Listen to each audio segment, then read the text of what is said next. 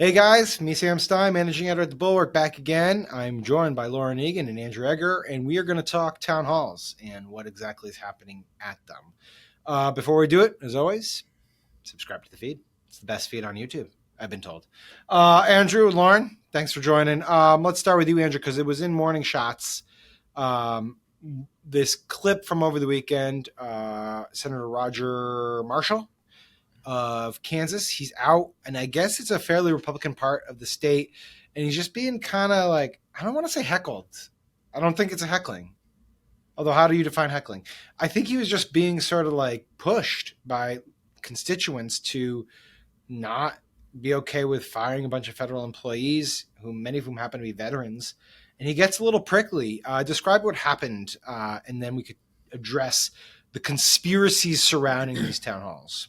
Yeah, so the whole thing's a bit of a Rorschach, because what happens is Roger Marshall shows up, and immediately he gets there. There are a number of people who are not like from that town. They're still from Kansas. How do they know? Not from there. Say again? How do they know they're not from the town? Local media talked to a lot Asked of them them. after. They're like, a lot of people drove 4 or 5 hours from Kansas City, that kind of thing. Damn. But they boo him when he first shows up, and they kind of never really stop. It's a very kind of prickly environment the whole time, but it is like a question and answer environment. It's not like they're not letting him talk. They're not chanting or anything like that. It's they are here to kind of make their opinions heard and, Sure. Ask him questions, and he's there to, he obviously just kind of wants to be talking to the Republicans from this very Republican area that he has showed up at, and is kind of mad that anybody else is there. So it's this very testy environment all the way through. He calls them rude. He says they've been fed misinformation, which is kind of funny. And then at the end, well, these are still his constituents. Like, let's just be clear. He's the center of the state. Right. Yeah. But there's a reason why he didn't show up in Kansas City to do a town hall, right? But at the very end, there's this clip that has gone very viral, and we can watch it. The government is doing right now as far as cutting out those jobs. A huge percentage of those people, and I know you care about the veterans, are veterans. Yes. Mm-hmm. And that is a damn shame. Yes. Yeah. That is a damn shame. I'm not a Democrat, but I'm worried about the veterans, man. All right. Well, I yielded to one of my elders, and I appreciate his comments. I think it's a great. We don't have time for everyone to stand up. I do got 2 more commitments today. Appreciate everybody making the drive out, and God bless America. Thank you. We're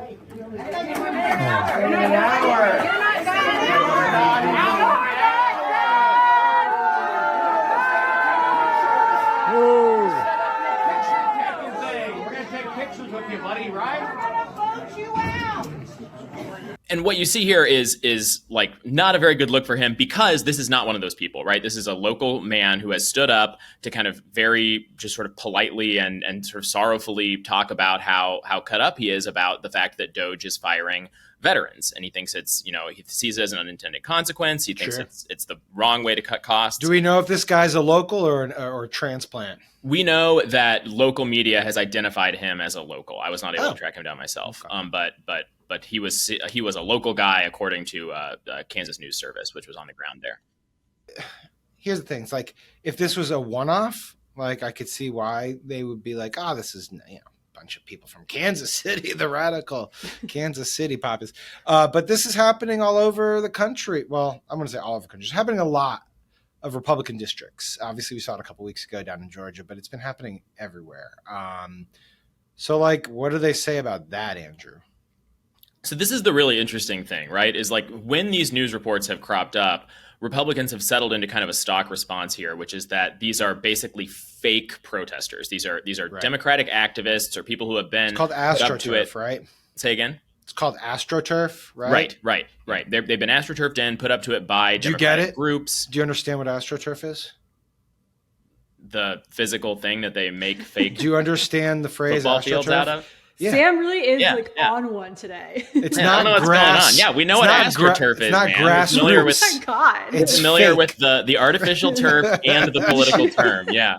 I used it in morning shots this morning. being Where we rude? can cut Are all you of this. okay? Did you I'm get all like right. 8 hours of sleep? Okay. I did not get my 8 hours Okay. for what it's worth. Maybe but try don't it worry. tonight. Right. Okay. Yeah, I will. But anyway, this is what Roger Marshall says himself. Right, the next, or that same day, his office puts out a statement that basically says these are a bunch of Democratic activists who got Right. bussed in. They couldn't have put Oakley, Kansas, where this town hall was, on a map. And he says real Kansans are super into the Doge stuff. Like they're all about it. They're cheerleading. They would Sure. certainly never yell at me about it at a town hall. And in fact, I ought to be commended for staying as long as I did. Was what he Are we seeing any more Republicans like limit their town hall availabilities now? I know that was a thing. And I think that's the thing that remains to be seen, right? Is like these things are not going very well for them, and they have this kind of stock response of like, well, why would we do this when they're just going to get snowed under by these activists anyway?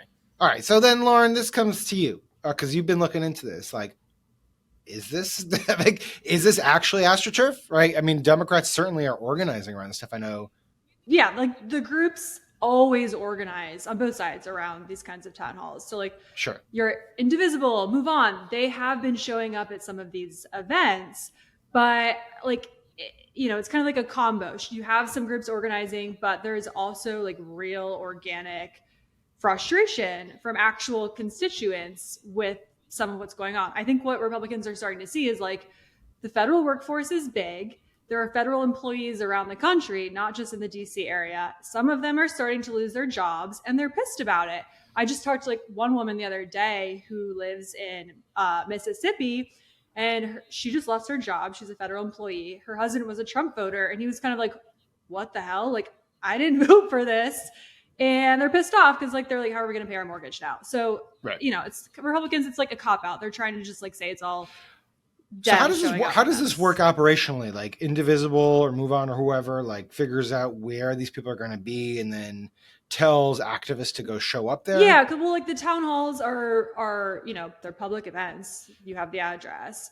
I mean, do you? I feel like they're not I feel like they're not doing town halls, or they're hiding the information around. Okay, well, in theory, town halls are supposed to be public events where you can show up to them. Right. But yeah, like these groups have.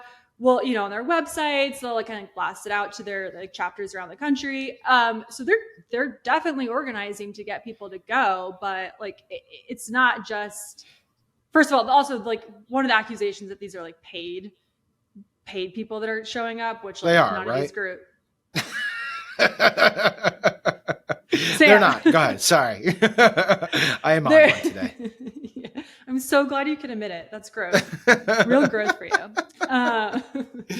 They're not paid. But yeah, they help, chapters across the country figure out where these events are. And even when they don't have events too. Yeah. Like, because the next recess is coming up in 2 weeks. And even the last recess, some of the, typically during a recess, you hold a town hall. Right. And some members are starting to pull back on those. And so, you've got your Indivisible, Move On. They'd show up in those districts and kind of like make a big show out of the fact that so-and-so isn't hosting a town hall because they're afraid of answering tough questions on Doge. So it just occurred to me that Joe Biden in his first year, no Democrats held town halls because of COVID, right? Like it was just, you didn't have those types of gatherings.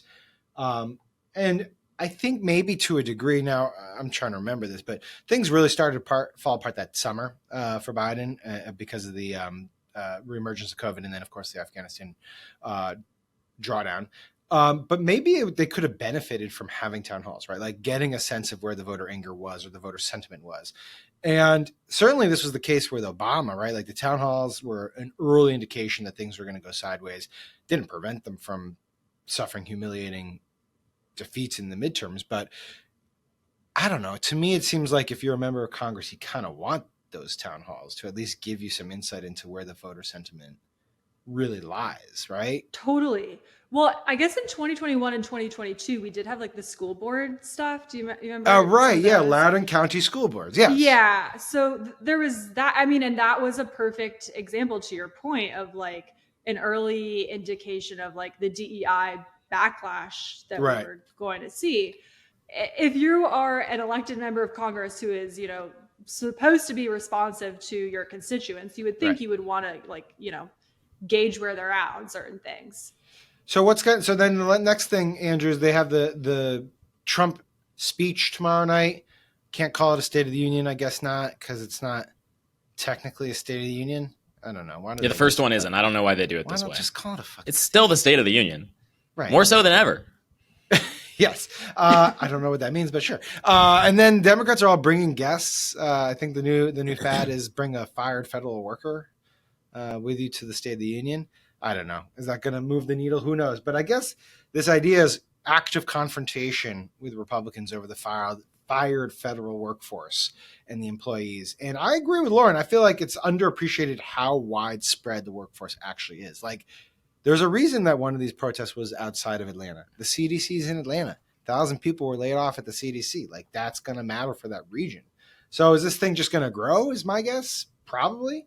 And there's just going to be more confrontations? Probably. I don't know. What do you think, Andrew? Well, that's the crazy thing about it is like, yes, it doesn't seem like there's any reason to believe this is going to slow down. The firings certainly are not slowing down. But at the same time, Republicans seem to be actively trying to kind of like cut themselves off from any possibility of like taking any of this to heart, right? Because they're selling themselves this narrative. I mean, this is like Republicans' favorite thing to do in recent years is to act like kind of signals that are coming in are actually sort of like planted there by Democrats. You don't have to pay attention to them. But like here, there is a very real possibility that what they are doing is cutting themselves off from the ability to flinch away from real political pain, right? Because if Republicans were to get it through their heads right now that some of this Doge stuff is third rail stuff that's going to come back to bite them. I mean, if they were to pivot away from that, do though, right? Like, because we had that story where they were privately sending letters to their constituents being like, we're going to protect your privacy. Like, I know this is happening really fast, but publicly they can't do it. Yeah. But I mean, publicly is a big part of it, right? I mean, that's the reason why a lot of these guys are mad is that they're not standing up. It's not like Roger Marshall has all that much to do with Doge right now. Doge is completely, unconstrained by anything Congress is doing, by anything the other agencies are doing. Like, what these people are looking for is for someone to stand up and like at least sort of make the case for them publicly, push back publicly, and things like that. And so, like, if they were to pivot, right? If they were to start doing that kind of thing now, if they were to somehow end this sort of indiscriminate pillaging of the federal workforce, well, it's 20 months to the next election, right? That's a lot of time to put this political pain to rest. But because they don't seem like they're able to feel that political pain, because they're selling themselves this sort of anesthetic story that it's not real, it's all AstroTurf, it really kind of raises the question whether they will be able to do that kind of thing. Maybe they just think it's short-term pain, and eventually the populace will get used to this new reality and it will turn around within that 20 months, right? Like, maybe that's just it. Like, get it done with, rip the Band-Aid off, and then... It's pretty wishful thinking. Yeah, like, if you're out of a job and you're like, I don't know how that, I don't know. Yeah. And it also just assumes that everything that's going to break is just these fired people and not all the things they were doing before to keep goods and services on. Like, right? all the pain that we don't know. He's not he's obviously a biased source, but one story that popped up in my feed today that I thought was, if it came to fruition, would be really shocking, was Martin O'Malley, who used to administer the Social Security Administration. He said, he's like, look, if these cuts continue as is, they're going to have to miss a paycheck. Like, we're going to have to see Social Security miss a paycheck. Never has happened before. And it's not because they don't have the funds. There's a separate debate over whether Social Security is self-sustaining. I don't want to get into it. Don't worry about it. It's because operationally, they don't have the people to administer the paychecks. And if that happens, boy, I mean, people are going to be fucking livid. Like, pissed. Yeah. So pissed. Imagine just elderly voters being like, wait a second, I need this to literally buy food. That's bad. Can't imagine. All right, we'll leave it on that. Andrew, Lauren, I'm sorry for my bad attitude. I'm going to work on that. Get a good night's sleep. It's hard. We're going to cut all that out. The viewers won't even know how you were castigating and berating us. They deserve the unvarnished sand. I'm not like a Republican lawmaker. I don't hide from these things. Okay? They deserve it. Thank you, guys, and thank you to the viewers for tuning in. Appreciate it. Take care. Hey, YouTube fam. If you want to support the Bulwark, the best way to do it is by becoming a YouTube Bulwark Plus member. The Bulwark is truly independent. We have no corporate overlords. We're not settling any dumb lawsuits with Trump. By joining, you help support our work, and you can get a bunch of perks right here on this platform. Ad-free content, bonus videos, live streams, and some emojis of me, which I guess some people want. So come join, come hang out, become a Bulwark YouTube Plus member, and I'll be seeing you in the comments. So behave.